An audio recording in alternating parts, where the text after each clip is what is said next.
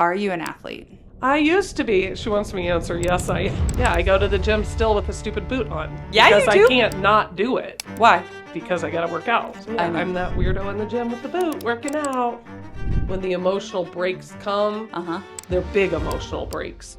I mean, the mental toughness that I had from sports, I can literally do everything and I don't stress too much about it. And if I am stressed out, I go to work out to alleviate the stress. And I think as you get older, now my whole focus is on having good bone density and, things like that. And I'm glad that I had the basis of playing sports my whole life. Those friendships you form with your teammates, that was a sadness that was over, but I didn't feel like being an athlete was over because I knew I would be doing something. Ran a marathon, we ran half marathons, always an internal drive for me to be better. And today we're talking with Logan Beckman. She's a retired college volleyball player turned coach. She's an athlete for life and still pushes herself in the gym at 47 years old, even with a current injury. And in this episode, we talk about the mental shift that happens when competitive sports are no longer your full-time identity and the struggle to stay active without a team or a coach pushing you each day. If you've ever felt lost without the structure of practice, if you've lacked consistency, or wondered, am I even an athlete anymore?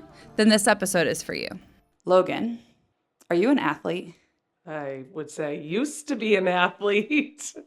When did you start sports? What did you kind of get into first? I mean, I've played sports literally my whole life. So I played most sports and started when I was very young. I would say then I probably went into travel soccer, travel volleyball, kind of my main ones, but I played softball as well and then kind of stuck to volleyball in college. So How long did you play in college? all 4 years. What position were you? Weak side hitter. So this is a very fun episode for me because you were one of my 6th grade teachers. Correct. And we were a half team. Like, it was nice. Yes. No, it was really cool. Then we really got to know, like, your group of kids. Yeah.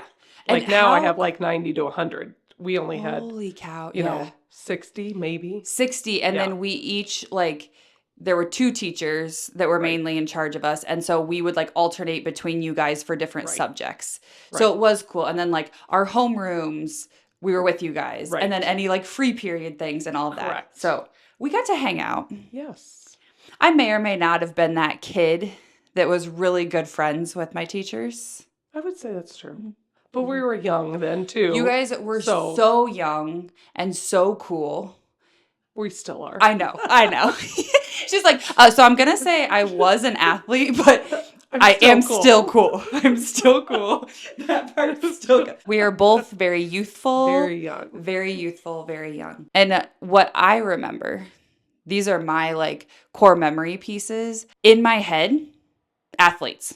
I was coaching then, too. You were literally, okay. I played, and then I was coaching, too, so. Yes. Keep going. So, right out of college. Well, yeah. Where did you play? I went to Culver Stockton in Missouri. That's right. Okay. Which I loved. It was wonderful. Yeah. Small school, smaller than my high school. It was great. But I started coaching club ball first. And I'm trying to think if I did that when I was in college, maybe just when I got out. But I mean, I can remember vividly, being a new teacher and I was coaching at Olympia, which is out of town, so it's like I'd teach in town all day as a new teacher and then drive out to Olympia, coach all night, half the time go back to school to get stuff set up again the next day, so I was, even though I wasn't playing, I was still coaching for a long time. Yeah. That was your kind of transition out. Correct. Of it. Do you remember, like, you knew you were playing volleyball through college, you knew that you weren't going to play on beyond college. Correct. Do you remember who Logan was and, like, how you felt those first months, first couple months, first thing, it's like, okay, have your last game. Like, what were you like? I just knew it would always still, even if it wasn't volleyball, sports would still be a part of what I did. I mean, Christine and I, we ran a marathon, we ran half marathons, we were always doing something. Yeah. So I never felt like, oh, this is the last time because I knew I would be doing something. Yeah. So volleyball was over. And that was more about, like, in college, it was more about those friendships you form with Totally. your teammates, that was a sadness that was over, but I didn't feel like being an athlete was over. Yeah. So, Because it doesn't really ever leave you. yeah. And I think as you get older, especially women athletes, like now my whole focus is on, having good bone density and, things like that, like to keep myself in better shape as I get older. Like the focus shifts. It's not the purpose so much behind the vanity it. of it. Yeah, it's like you used to love to be in shape and all that. And now it's not that I don't want to be in shape, but it's like there's health benefits to it. And I'm glad that I had the basis of playing sports my whole life. So it just continued. It wasn't like, oh, I need to do this for my health, Yeah. At the start, it's like the competitiveness of it, the want to play, the want to still feel like that athlete that you were kind of took priority. Right. But more recently, it's the, right. Okay, let's stay healthy so that we're functioning. The irony of it is I have my first injury as a 47-year-old adult, and I was never injured ever in sports. I'm not going to lie. You showed up to the door with a walking boot on your foot. I said, girl. Yeah, it's ridiculous. You're just trying to really live out that whole no former athlete vibe of the like. Correct. How did we injure said foot? At the gym with the trainer. So Christine and I have a trainer and working out with her and got hurt. Fair enough. So like I said, I mean, I literally never had an injury all my years of playing. So that's amazing. As an adult. But you're still out there. Yeah, I go to the gym still with a stupid boot on. Yeah, because you do. I can't not do it. Why? Because I got to work out. I mean, it's just, it's a competitiveness with myself. I can't not do it. So yeah, I'm that weirdo in the gym with the boot working out. So. Or that badass in the gym that is still working out even though. We'll see, because I feel like the weirdo in the gym. You're like, right now, definitely feeling weirdo vibes, but working up into it. But again, it confirms why you need to be doing it, right? It's just my ankle didn't break, and I think it's because I have always been an athlete, and I have good muscles, and absolutely. Absolutely. So, you mentioned it a second ago. One of the reasons, too, why I asked you / highly encouraged for you to come on with love to come on my podcast is I remember I was 12 when I was in your class. As a 12-year-old, I remember we were talking and was that like around the time, had you guys done half marathons and things before that? Or was that like right around the time that you guys were starting?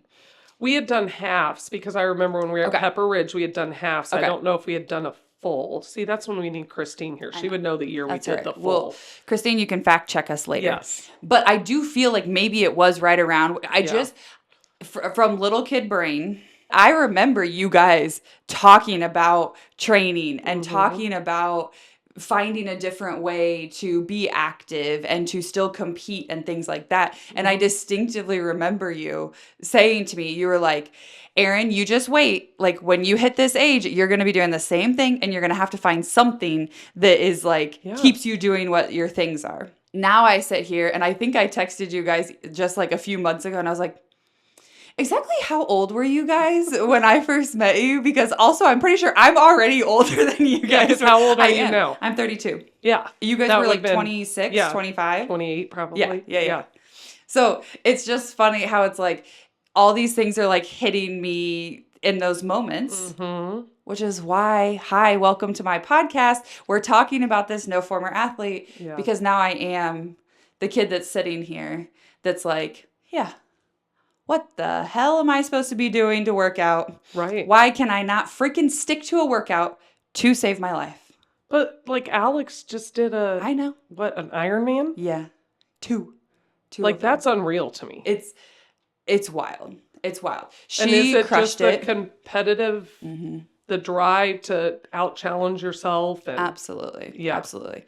However, you will notice that I was not also signed up for those Ironmans. Might not have been your thing. Not my thing. Right. Not my thing. Right. And it's interesting because, too, I've been having these conversations with people recently of the like, okay, Erin, athlete identity, like number one identity for me growing up. Like now I'm realizing, okay, no, it literally was like only identity for me growing up. And then it was kind of a like, okay, play basketball through college. All right, that's done. Okay. So you felt a real finality of it being over. I felt a real finality of, at first, okay, a little relief from the sense of like, I played 3 sports my whole life, 3 team sports. I just showed up to practice. And we're a straight A student. So I feel like you had the identity of an athlete, but you were also like superstar student too. So, I mean, you had a lot on your plate, not just playing multiple sports. Yes. I had the like, oh, okay, I need to excel at every single little thing and do every single little thing perfectly. Right. I've been having some realizations about that recently. We'll chat about it. Where I'm getting with this is I have these flashbacks of the, 28-year-old Logan telling me, you're gonna, you'll get it. You'll feel this point where you're like, you got to do something. I'm there.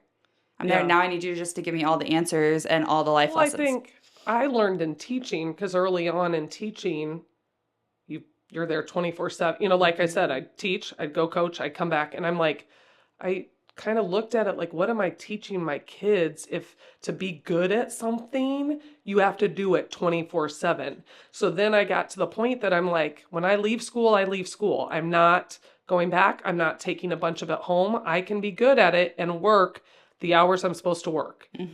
So it's finding the balance that you can still be good at something and not have to do it 24/7. If you're enjoying this episode and you have 15 seconds, please rate and review the podcast. It helps us keep making more episodes like this. Now back to the show. So it's finding the balance that you can still be good at something and not have to do it 24/7. Christine and I have been training together since we're in our 20s, and that has evolved. It used to be we got up every single morning and ran before school. We don't do that anymore. Yeah, fair. And then we're like, okay, then we did CrossFit together. All right, we don't do that anymore. Now we're to the point that we have a personal trainer because we have aches and pains and things that are, we want to work hard and we want to be pushed, but this hurts a little bit. Can you fix that? So it's like, I think finding a good accountability partner that your work ethic is similar. Like we push each other because it's like, we're both supposed to go today. So I'm not calling her and saying I'm not going. What I mean? Yeah. So it's like just enough of that. And it's interesting because like in that way, again, it would seem like Alex and I would be perfect workout partners. I don't think your partner is a good partner. They're not. Right. They're not. Right. We are wonderful partners in other ways. Yes. We were teammates, like all the things. So it's like you would think like, okay, yeah. And in terms of like being able to do similar level things, great for that. But in terms of just like that moment of like, oh my God, I'm not going to be the one that calls and says I'm not going this morning. Right. I'm not. And and then to have to live with that person. That's a different, Yeah. Even now, we have just like established and decided you work out when you want to work out. If they sync up, if there's something that we're doing, if I'm like, hey, I'm going to go for a run. Do you want to go with? We'll do that together. And so it's like, that's great. But we cannot set our schedule based on that. Yeah. I don't work out. We have a full gym in our basement and my husband does it all down there. And I'm like, no, I'm not doing it in the basement. Yeah. So it's like, you got to find your thing. I'll do the treadmill and the Peloton down there, but I'm like, I'm not lifting down there. Yeah. So 100%. So you talked a little bit about it. Now you're lifting, working out with the personal trainer. What other activities, what other things are you kind of into now? Chasing my kids to their sports. Literally driving 24/7. Them to their sports. Yeah. And luckily, my kids play multiple sports and still do even at high school because it's like everybody tells you by high school they should be specializing. Nope, we still do it all. It's like good. So literally that takes most of the time. That's so valid. Yeah. That is so valid. But also, I'm sure you would not change anything about it. My husband and I always say, because Tice has 2 more years of high school, and then we're like, we'll have all this time. Like, what are we going to be doing? Yeah. Hopefully maybe they'll be in college doing some kind of sport, but Totally. Yeah. What does that make you feel? Like, do you feel worried about that? I just think it'll be different, you know, like our lives this year have just been very chaotic. So I think it's put in a lot of perspective and, so it'll be different. And I mean, I'm sure we'll be still very involved with our kids, Totally. regardless if they're doing sports, you know, and totally. who knows where they'll land. But Yeah. and we like to travel, so I'm sure there'll be more of that. Yeah. Yeah. I love that. So when I first asked you, when I first kind of told you what no former athlete was, any first thoughts, anything that kind of sparked memories, things other than, no, I'm not doing that. Other than the anxiety that it brought. Yes.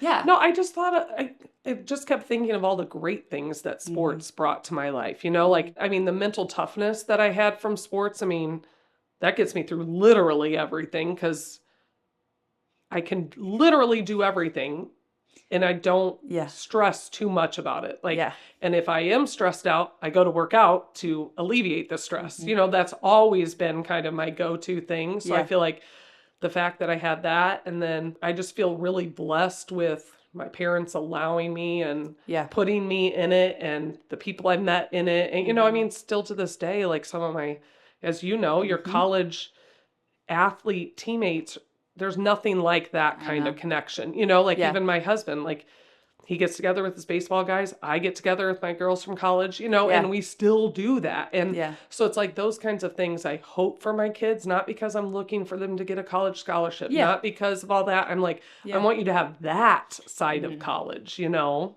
Yeah, experience that that connectedness on a different level. Right. When you're also, you know, exploring yourself as a young adult, as a now adult. Especially in this day and age. I don't know how kids figure out who they are because social media is trying to guide them who they are. I'm like, you need to be in a sport to get an identity, to, you know, have people hold you accountable so you aren't just sitting in your dorm room, you know, because going your freshman year is so overwhelming. And when you're playing a sport, you already have your people, you know, it's just, I don't know. So I just feel really grateful for the fact that my parents had me start sports so early and that it was always a part of my life. Like, and that I think a lot of ways, that's why I've been successful in other things is because I had that mentality. You've had coaches that were bad. You had teammates that were bad. That's the real world. You know, it's just, and unfortunately, again, when we talk about this day and age, it's scary what we're teaching some of these kids as parents freak out over things. And I'm just like, oh my gosh. And you're like, seeing that on the, like, you're teaching junior high still. You're at that junior high level. So again, a lot of changes for all these kids, but you're seeing kind of. Yeah, the kids are fine. It's the parents that are crazy. Like, I mean, because we just are, from a parent's perspective, in a lot of cases, it's their kid does no wrong. It's like it's okay for your kid to go do wrong. Yeah. It's okay for them to learn from that. Like, trying to argue the way out of that. And that's in school. That's in sports. I mean, my kids play hockey and hockey parents are crazy. The number of fist fights you see in the stands from adults. And I'm like, you're the adults. What are we doing? Yes. My brother played hockey for years. And I, like, again, as a kid, like as a junior high kid, yes, I saw adults have fist fights. Yeah. And you would literally just be like watching the game and it would be like two dads from the game before that were like scuffling, like waiting for their kids to come out of the locker. And then all of a sudden you just hear like shuffle. And you're just like, what? Right.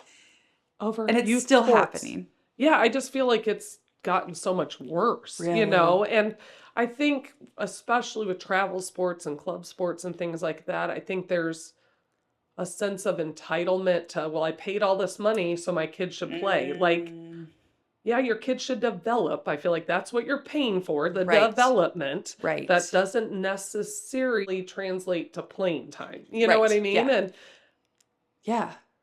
but again, the amount people are shelling out for stuff, if you're going to, you know, Colorado for the weekend for hockey and your kid doesn't play the whole time, that's a lot of money to travel out there. You know, so it's this weird conundrum, vicious cycle that everyone's like vying to be in, but then if it's not exactly how they want it, then like that's rough.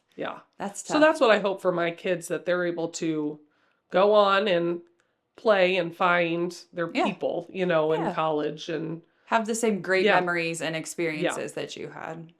With the mental toughness piece, right? Because, and that's come up as I've talked to some other people too, you know, that it's like, it can be such a tool. We use it even when we don't realize that we're using it, right? And it's kind of that piece of being able to push through. And it's interesting because I do feel like a lot of conversations are starting to talk through, like, it's great for while you're in the sport, you set everything aside and all of that. Compartmentalization, how do you feel like it relates to the emotion side of life? I should put it that way. I mean, like I said, this year personally for our family has been ridiculously challenging. And I mean, you just get through it. You know what I mean? It's like, okay, there's things that have to be done. I get up, I do this, X, Y, and Z gets done. And yeah, I'll have the breakdown later, and luckily for me, again, I have a huge network of people that lift me up when I am in the breakdown mode, but I can get the things done because they need to be done. And so I've always just been able to be the doer. You are the doer. Yeah, because you always have been. There's tasks to be done and you do it, and so I think when you were talking about like finding the time to work out, I feel like for me, it was always I owed that to myself. That's like your non-negotiable. That is a non-negotiable to me. It is. And that'll happen. And then the other stuff will still get done, but I owe it to me and to push through when I'm like, I just want to lay on the couch today or whatever. It's like, no, get it done. You'll feel better. And you need that as your kind of like stabilizer. Yes. And especially again, when we live in a world of pharmaceuticals running 90% of the thing. And I'm not saying that there is not a need for that. But for me, getting my endorphins fulfilled through exercise has always alleviated that for me. You know what I mean? Yeah. So that looks different. I mean, now it might just be a walk, whereas it was before like I'm going to run a half marathon and I'm training for it and all those things. And now it's like, okay, I just got to get outside. I'm going to go for a walk or, Totally. Walks are so underrated. Yes, I would agree. So underrated. Yeah. Alex and I have literally just in the last 2 months, we've been trying to get up and go for a walk every morning. Doesn't matter how long it is. If we're able to give it an hour walk, okay, we're giving it an hour walk. We usually are having like talking meetings while we're doing it, but like mood changer for sure. And I've like, as Alex and I have kind of been working through and talking through the no former athlete side and just kind of like different things and conversations that we have with people. I think I took for granted growing up and just like, I have my sport, I have practice. Like it was just such a like logical thing in my head that it was like, I'm just going to it because that's what I'm supposed to do because I'm on this team. Right. But the benefit of the stress relief and the moment of being able to leave things at the door and the moment of being able to like, okay, yeah, you might have a paper, you might have a speech later this week, but like literally right now you're just focused on that sport and on what that zen, right? Where it's like, and I think even for me, sometimes it was like, I needed to feel almost like the self-punishment, like I'm mad at myself or whatever. So I'm going to go do this and it's going to be hard and I'm going to whatever. And then you're like, oh, okay. So I pushed myself through that and that was horrible. And I didn't want to do that last mile or whatever, but I was like, I'm going to do it. And I'm not going to quit on myself. And I think that's a big part of the mental side of it, not even the physical benefits of it, but to know that mentally you did something that no part of you wanted to do that day or that minute or whatever. Yeah. No, I totally feel that. And it's just like, oh, yeah. And again, you hear it all the time, right? It's like, exercise, stress relief, like it's good for all these things, it lists off the benefits. And it's like, as an athlete and that being just what I did, it was like, that was never my motive, right? Like, just like you were saying with the workouts earlier, like, okay, well, previously, it was just to like, still feel like the athlete, but then now it's, okay, let me get my bone, like make sure my bone density stays good, make sure I've got good muscle tone, all that. It's like, it just changes why you do it and why you have the benefit. Changes in a positive, right? Because I think you can get so obsessed with the physical benefits of it. And there's so much more to that, and I never looked at that kind of stuff. As you become a older female, you're starting to look at all the things that like, okay, I need to diet wise. It's like, okay, I need certain things in my diet to help my health later. Not because I want to necessarily be as skinny as I was in my 20s or, but you hope that that's what it grows into, because I think if the vanity side of athletics and competing with other people, because if you go to a gym, that can be highly intimidating, but it's, again, I have this mental toughness that it's like, I don't really care what other people think. I'm there for me, but I think for a lot of people, that's probably intimidating, Did you have to build that up? Like back in the day, did you find yourself comparing yourself to others? And I feel like in a sense, yes, but I also was really tough on myself. So it was like, okay, if I'm not as good at them, then I'm going to work harder to be as good as them. You know what I mean? Because it's like, I played volleyball in college. I was not the best on the team, but I played. You know what I mean? You contributing member. Yes. Yeah. So it was like, I was always trying to be better for me. It's like, I always was that way. I was so hard on myself. Yeah. And anybody that knows me, I mean, I push other people that too. Totally. Like I'm a poke the bear kind of like, oh no, come on, you can do more. Let's go. Why did you miss? And so Christine would probably say that. I'd be like, well, I never missed running in the morning because I was scared of what Logan would do. You know what I mean? And so because I was about to go work with her for the rest of the day, and I didn't want her nagging me like, hey, you're going to not come tomorrow too? Right. Because you would. That's totally me. So as much as I do that to other people, I do it to myself too. Yeah. So, and I think that's why I've always done it, because you're only letting yourself down if you don't, know. Do you think that's always good? The pushing on yourself? I think that when you're talking about like the emotional piece of thing, I think then when the emotional breaks come, they're big emotional breaks. You know what I mean? Because you hold it off and you just do your way through it. And then when it's overwhelming or exhausting, then it's it all hits. Yeah. And I, again, am so lucky that I've always had really good people around me. Yeah. And they know, I mean, my real tight friends know, okay, Logan's radio silent, something's going on, but they also know she needs the time to be radio silent. Yeah. And then we'll delve in. Yeah. So it's like, I think surrounding yourself with the right people is really important too. Yeah. And your teammates. Yeah. They're your teammates. Yeah. The way that you're describing this, and I'm not surprised at how you're describing this because I feel like this is me too, and I'm just recently kind of experiencing some of these things and kind of like unlocking them within myself. But to me, the way my brain categorizes it is it's the compartmentalization For sure. of exactly that. Because you and I both are that personality that, again, we are those people. We will push. If you put a task in front of us, we're going to push, we're going to get it done. If it looks like we don't have it, if it's a project, if it's a work thing, if it's a literal physical activity, we're going to push. Right. We have that in common. I'm starting to realize that the strength and the superpower of that also fully made me think and feel like, not that I didn't have emotions, but just like, oh, yeah, that's fine. Like, we're just going to move past it. Right, because I don't think other people see the emotions. You know what I mean? Like, your tight people will. Totally. But the general outside sees us as the doers, the strong people that, for me to function, I have to compartmentalize and do. And my people see it all the time and see the, crazy and the breakdown and all of that. And it happens, but so many other people don't, just because really, unless you're in my bubble, you're not in my bubble. You know what I mean? It's like, my friends that I'm tight with I'm tight with, and I don't let a lot of other in that close. Yeah. Yeah. Which is perfectly fine. Yeah. But I think it's the type A-ness, because I'm like, people, if they type aren't A, here, no, it's like, no. So it also makes me wonder if it's part of the athlete side too. Yeah. You don't want your opponent to see it. Yeah. You don't want your opponent to see that something's rattling you, that you shank a ball. Yeah. What are we taught to do? Yeah.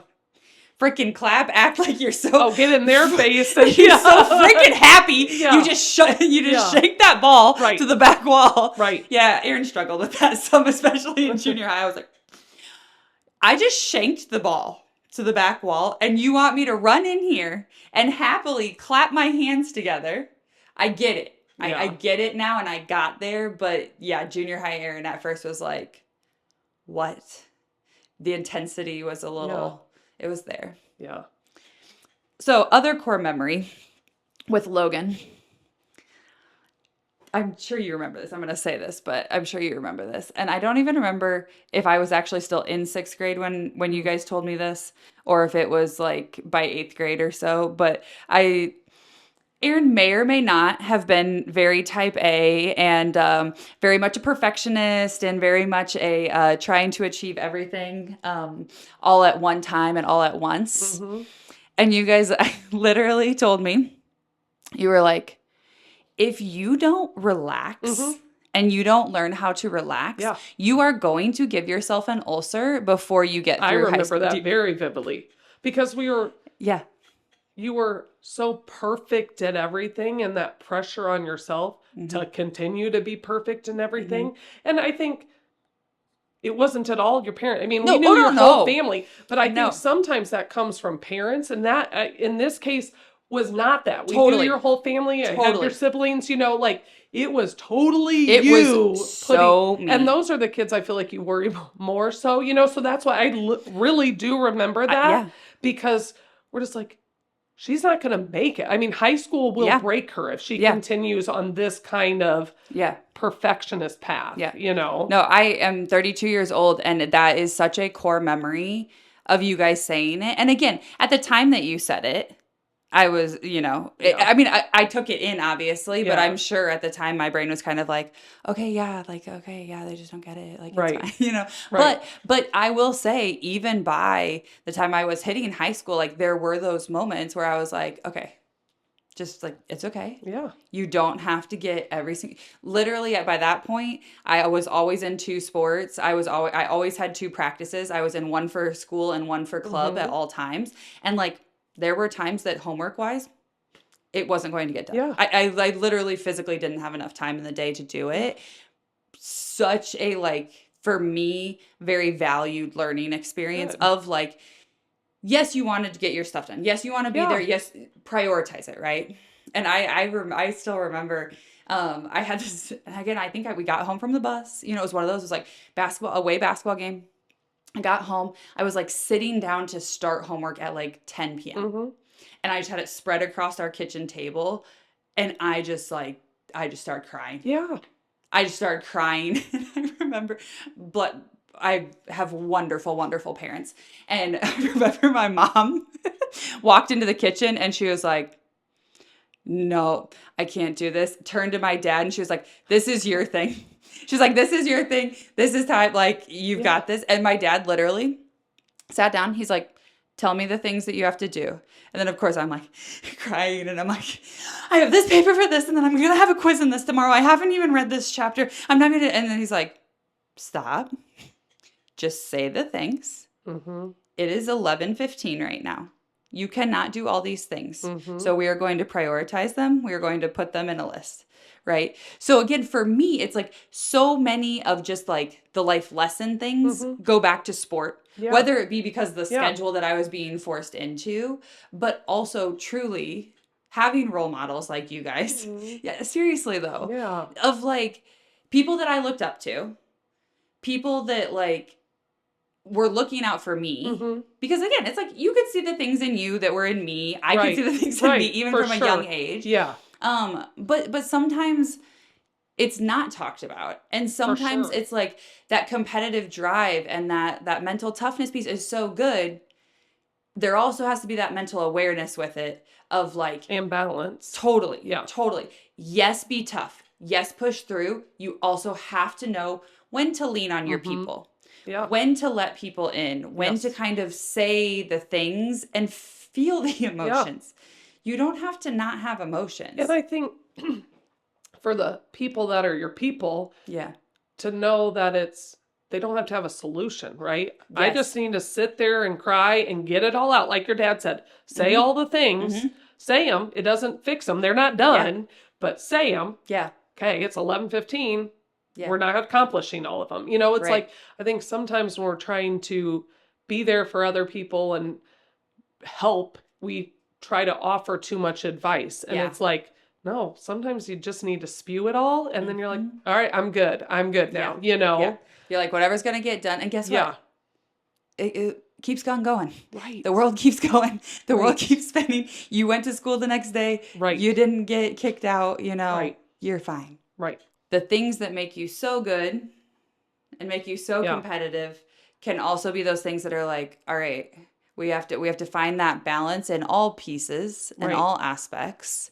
Do you feel like part of why I, for the club volleyball, got out of it? Because, I was coaching 14-year-olds, top of their game. We were flying all over the place and coached them again, the same group of girls into their freshman year. And I'm like, they're missing freshman homecoming because of volleyball tournament. And I'm like, something's wrong with this, and I'm just like, I can't be part of that. Volleyball cannot be their only identity. Like, you've got to be going to your school dances. You have got to be going to your cousin's wedding. You've got, and I didn't like the pressure. And it wasn't coming from me, but the organization we were coaching for, it was the expectation. You didn't miss stuff. And, I'm just like, come on, they're kids, So it's like, I got out of the club coaching long before high school because high school is a season, it's over, but club just got so crazy. And then, I started having my own kids, so never got back into it. But I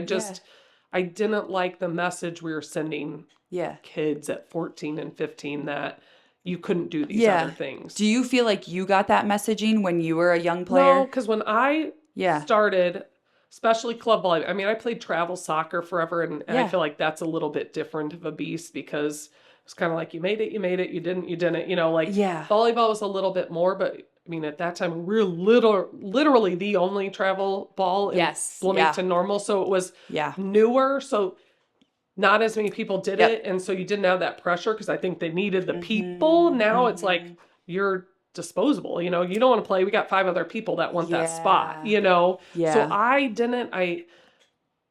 because it was so new, but now I just am like... But you could see it early. Oh, yeah.